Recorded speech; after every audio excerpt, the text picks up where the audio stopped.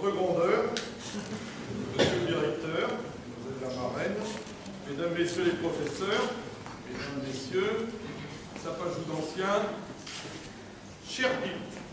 Oui, cher Pilot. Quand j'étais jeune, on disait infâme Pilot, immonde Pilot. Les plus même disaient ça. Je n'utiliserai pas de tels qualificatifs pour vous appeler. Moi, je vous dirais cher Pilot, et la raison en est toute simple, le grand mal l'a dit tout à l'heure.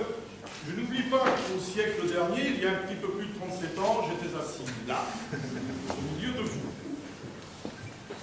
Je pense donc que vous comprenez ce que je peux ressentir en ce moment. Et que de temps passé, et pour une grande période, très grande, trop grande même, dirait mon épouse, ce fut en mer. Alors, comme je ne renie ni ma jeunesse ni mes études, ce qu'elles ont fait de moi, surtout ce que j'ai vécu par la suite à bord des navires qui m'ont accueilli, je dois vous dire que je vous en prie. Mais avant de m'adresser plus spécifiquement à vous, cher Pilot, permettez-moi quelques mots de remerciement à vous, aux personnes qui ont jugé que j'étais digne de devenir le parrain de votre promotion. C'est vrai que je me suis senti très honoré lorsque votre grand-mère m'a appelé pour me proposer ce parrainage. D'où vient le mérite d'un tel honneur?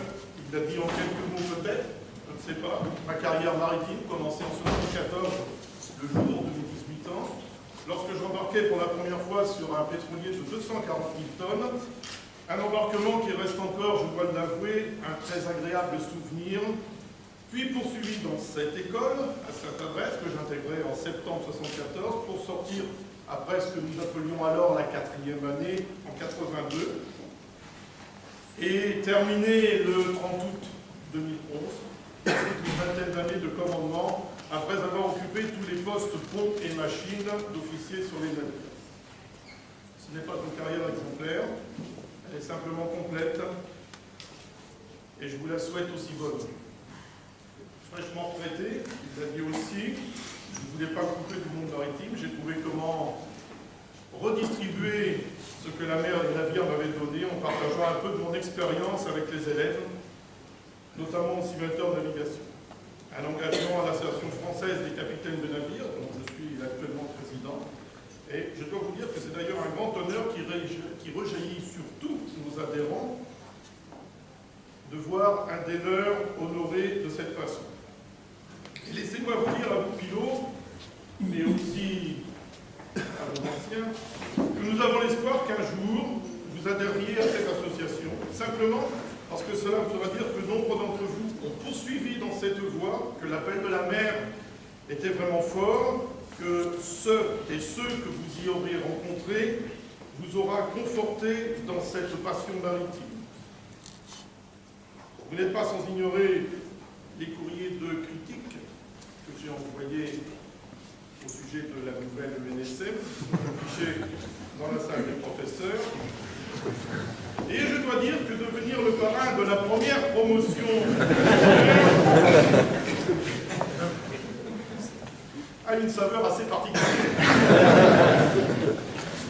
Enfin, il y a eu aussi un accident qui m'est arrivé sur un pétrolier, le Limbourg. Un incident, puisque on ne dit pas accident, incident en mer, même si le mot est quelque peu inapproprié. Je pense que, cependant, si mérite il y a d'être maintenant votre parrain, c'est un peu tout cela, et je dirais même plus l'ensemble, qui vous aura soufflé mon nom pour cette promotion. Soyez-en remerciés. Mais pour vous, Pilot, avant d'être le commandant de votre navire, il y aura tellement de choses à découvrir. Alors allons-y. Une liste de bons et de mauvais moments. Et c'est vous la gaufre d'anciens, vous confirmeront certainement, même si les temps ont changé depuis mes débuts, que c'est aussi cela, la marine marche. D'abord, la mer, avec un grand M. On pourrait même écrire Ariel. De toutes les couleurs suivant le lieu, l'heure, la météo. D'un bleu, si limpide, que même les yeux de votre petite amie vous sembleront bien fades à côté. D'un vert émeraude, le long de certaines côtes d'Afrique ou d'Amérique du Sud. d'un gris voilé dans la brume ou la mousson, orangé lors d'un lever ou coucher de soleil plein de promesses, parsemé de lumière fluorescente dans le golfe arabo-persique, d'un blanc jusque moutonneux lorsqu'elle est déchaînée à l'Atlantique Nord, on ne sait pas où s'accrocher pour tenir, que ce soit debout, assis, même couché. Oui, la mer, celle que je vous appelle à regarder comme une amie, comme une maîtresse, qui vous dicte ses volontés, qui vous révolte par sa force, qui vous apaise par son calme, qui vous fascine, qui vous sublime. Cette mer qui, quel que soit son état, vous fait vivre avec passion. Celle que vous garderez toujours dans votre cœur le jour où vous redeviendrez un vulgaire terrien. Le premier quart seul à la passerelle, le moment où on se dit qu'on est enfin devenu ce pourquoi on a fait ses études et cette école, un bonheur simple, se voir seul en mer aux commandes d'un navire de commerce, quelle que soit sa taille, se dire que le commandant pense qu'on peut le faire, sentir sous ses pieds et sur ses épaules cette responsabilité, le poids du sommeil des autres, leur confiance. Ils dorment parce qu'ils savent que moi, je veille sur eux. C'est ce qui vous attend. La première alarme machine la nuit, lorsqu'on se retrouve seul en bas et qu'on s'aperçoit qu'on sait ce qu'il faut faire pour remédier à l'alarme. La joie, l'excitation remontant se coucher ensuite, la difficulté qu'on a à se rendormir parce que, oui, j'y suis arrivé. Maintenant, je suis vraiment officier mécanicien. La journée de Noël, passée à démonter un putain de séparateur et four récalcitrant. Les jours, navire en charge, passés à enlever la boue des ballasts à la pelle avec l'équipage. La nuit, à attendre qu'un officiel veuille bien vous apporter le papier manquant pour appareiller. Les nuits passées à la machine, dans la mer jusqu'au cou, lorsque plus rien ne marche, mais qu'on se sent débordé. Les manœuvres d'amarrage ou de prise de mouillage passées sur le pont et qui s'éternisent. Mais qu'est-ce qu'ils fabriquent à la passerelle? On voit bien qu'ils sont chauds et au sec. Les manœuvres à la pompe, la nuit, quand on n'y voit presque rien et qu'on est en eau resserrée. La relève sur rade à 2 h du matin, après 14 heures d'avion, attente, vedette pourrie, avec le quart à suivre, sans compter les 6 heures de décalage horaire dans les dents. L'embarquement le 20 décembre, ou le 15 juin, pour être sûr de rater Noël et l'été. Toutes ces fois, le débarquement le surlendemain de la naissance du dernier petit. Mais toutes ces fois où vous en aurez marre de ce boulot de dingue, mais aussi le quart la nuit, par nouvelle lune, sans nuages, sans lumière, et où on comprend qu'en mer, oui, il y a beaucoup plus d'étoiles qu'à terre. Le barbecue, en pleine mer, parfois en pleine lune, parce que près des côtes, ça va passer. Sentir que l'équipage est pour un rare moment heureux et reposé. Votre premier chargement ou déchargement en tant que second capitaine. Le jour où vous serez, je l'espère pour vous, en charge du navire, commandant. Peut-on alors parler de jouissance? Je crois que oui. Même si la responsabilité associée est immense. Et vous verrez, il y a des mots qui font rêver. Vous aurez, je l'espère, l'occasion de vivre ces rêves. Et vous verrez alors, dans le regard de ces pauvres terriens, des lueurs d'incrédulité, d'envie, lorsque vous leur parlerez de lieux magiques en leur disant « j'y étais ».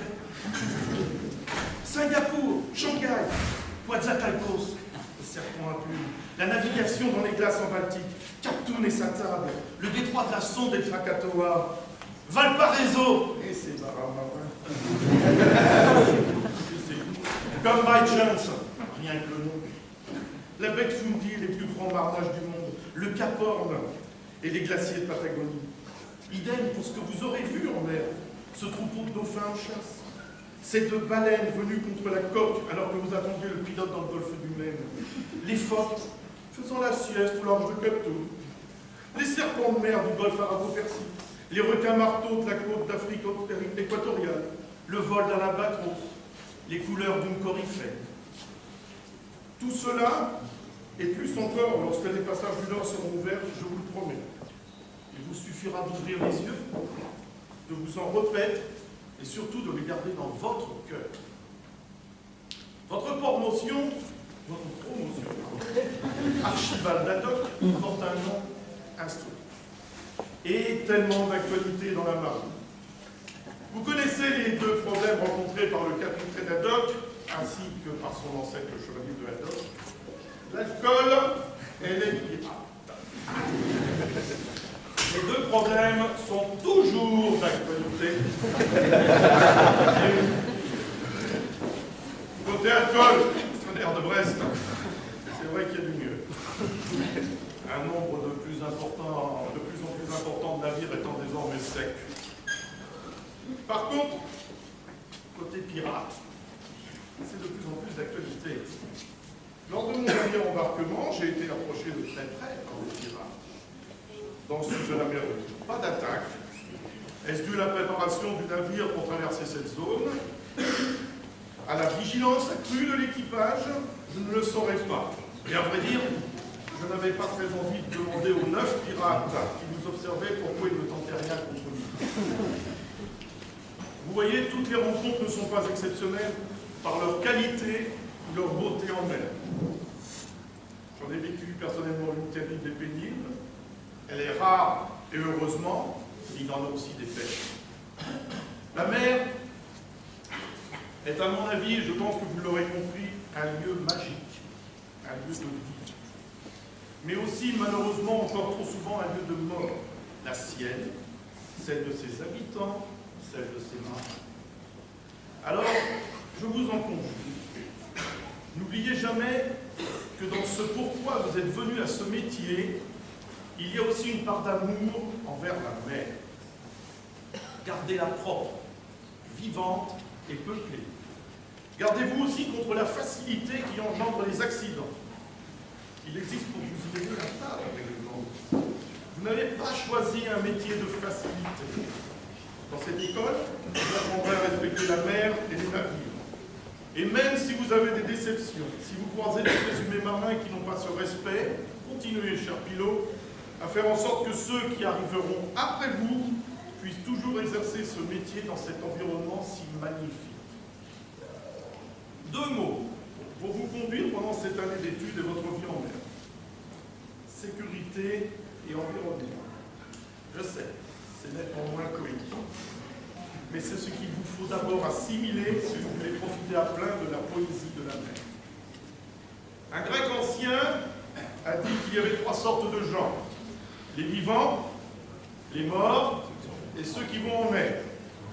Cher pilote, vous demandez à être de la 3e catégorie, les bizarres, les fous. Ceux qui partent au loin en mer, en laissant femmes, enfants, amis, vivre au quotidien. Parce que vous, votre quotidien, il ne pourra pas être banal parce qu'il sera en mer. Nom d'un homme, un grand poète français, Paul Claudel, écrivait « Pendant que je dors, que je marche ou que j'écris, la mer ne cesse pas d'être à mon côté. » Cela résume bien que lorsqu'on a commencé à la fréquenter, elle vous devient vitale. Alors vivez à plein votre passion pour la mer, votre navire et son environnement. C'est le souhait le plus cher que je forme pour vous. Bienvenue parmi nous, communauté des gens de mer. C'est avec un réel plaisir, une certaine émotion que je vous accueille, parce que vous êtes de mon cœur dans cette famille. Enfin, et pour terminer, et vous montrer combien j'ai de fierté d'être votre parrain, et puisque c'est le capitaine Haddock, permettez-moi d'offrir un petit flacon d'eau à votre marraine et à votre bachibouzouk de grand mât. Alors, offrir de l'eau à la promotion Haddock, c'est original. Certains, je ne nommerai personne, mais il y en a plusieurs ici, auraient préféré plusieurs caisses de Loch Lomond. Mais attention, cette eau, c'est de l'eau de mer. Elle vient d'un de ces lieux magiques dont je vous parlais tout à l'heure. Elle vient du Cap. J'en ai pris en y passant passant la première fois, le 22 avril 1999. J'en garde précieusement. Et je peux vous dire que certains jours, quand le temps et le moral sont pas au fixe, il m'arrive de regarder cette eau. Elle me rappelle ce que moi j'ai vécu, ce que j'ai vu. Elle m'éblouit, elle m'émerveille. Et si la mer m'a ensorcelé, parce que c'est vrai, puisse-t-elle faire la même chose pour vous? 1000 milliards de